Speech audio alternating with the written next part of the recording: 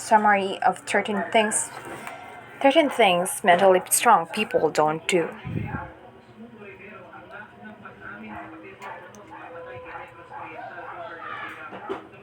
Waste time feeling sorry for themselves. It's inevitable that life throws us curveballs. At times, those curveballs become so devastating that it seems as if you will never recover. Tragedies like illness and death are incredibly hard to bounce back from. However, mentally strong people don't let those moments hold them back. When life knocks you down, you need to learn how to get back up. For instance, author Annie Morin unexpectedly lost her mother in 2003. Then, 2 days before the third anniversary of her death, Morin's 26-year-old husband suffered a fatal heart attack, and just 7 years later, she lost her father in law. With three deaths within a decade, Morin could have easily thrown herself a pity party. She could have let herself fall victim to her circumstances. But Morn realized that wallowing in her problems or exaggerating her misfortune would be detrimental to her mental health. That's because self pity keeps you focused on the problem and holds you back from developing a solution. Instead, mentally strong people focus on gratitude versus self pity. The inspiring example of Maria Runyan shows how gratitude and mental strength are important when life hands you a bad deal. At the young age of 9, Runyan was diagnosed with Stargardt's disease, a degenerative disease that affects the eyes. Eventually, becoming legally blind, Runyan turned to her passion for running and on to set world records at the 1992 and 1996 Paralympics. Runyan refused to view her disease as a disability. Instead, she viewed it as a gift that allowed her to become a world class athlete. Many people dwell on what life takes away from them instead of being grateful for what life has given them.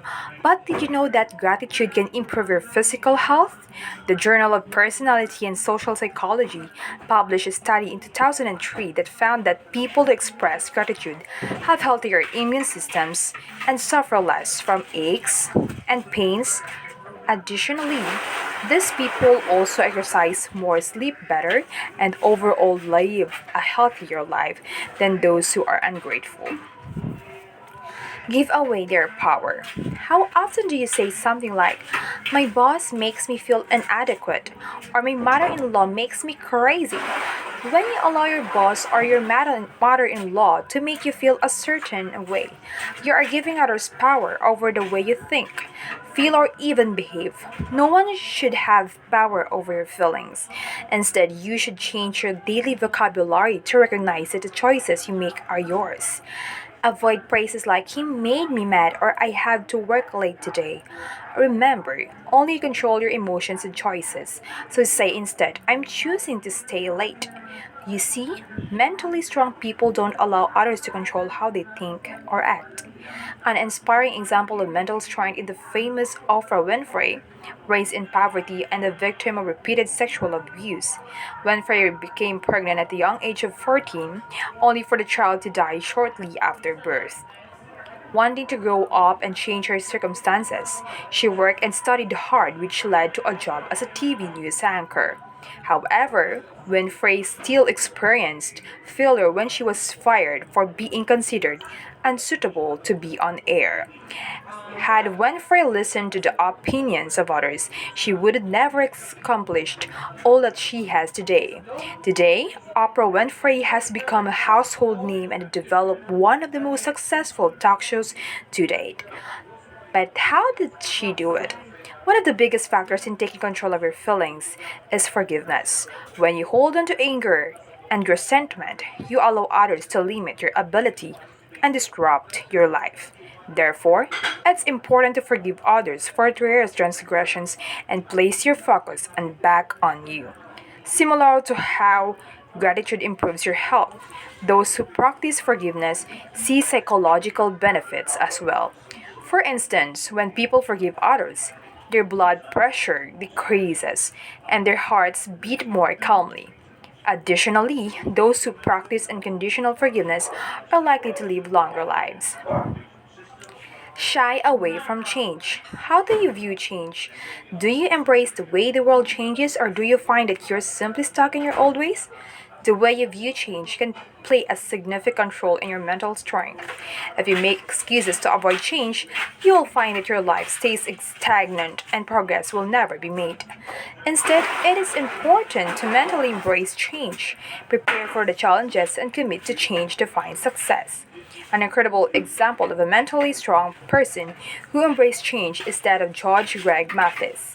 As a teenager, Mathis was problematic and found himself in and out of jail. However, when he learned that his mother was dying, he promised her that he would turn his life around.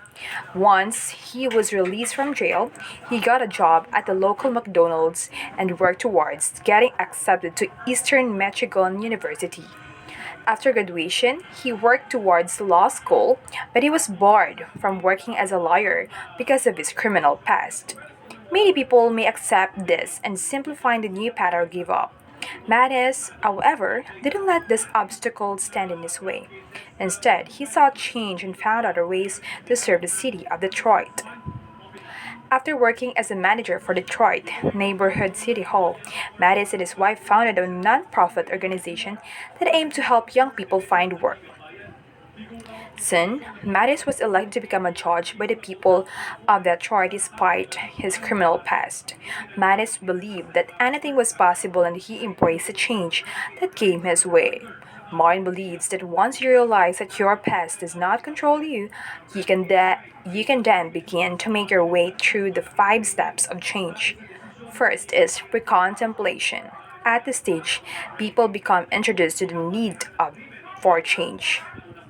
They might not recognize the consequences of staying the same themselves and must be convinced by others.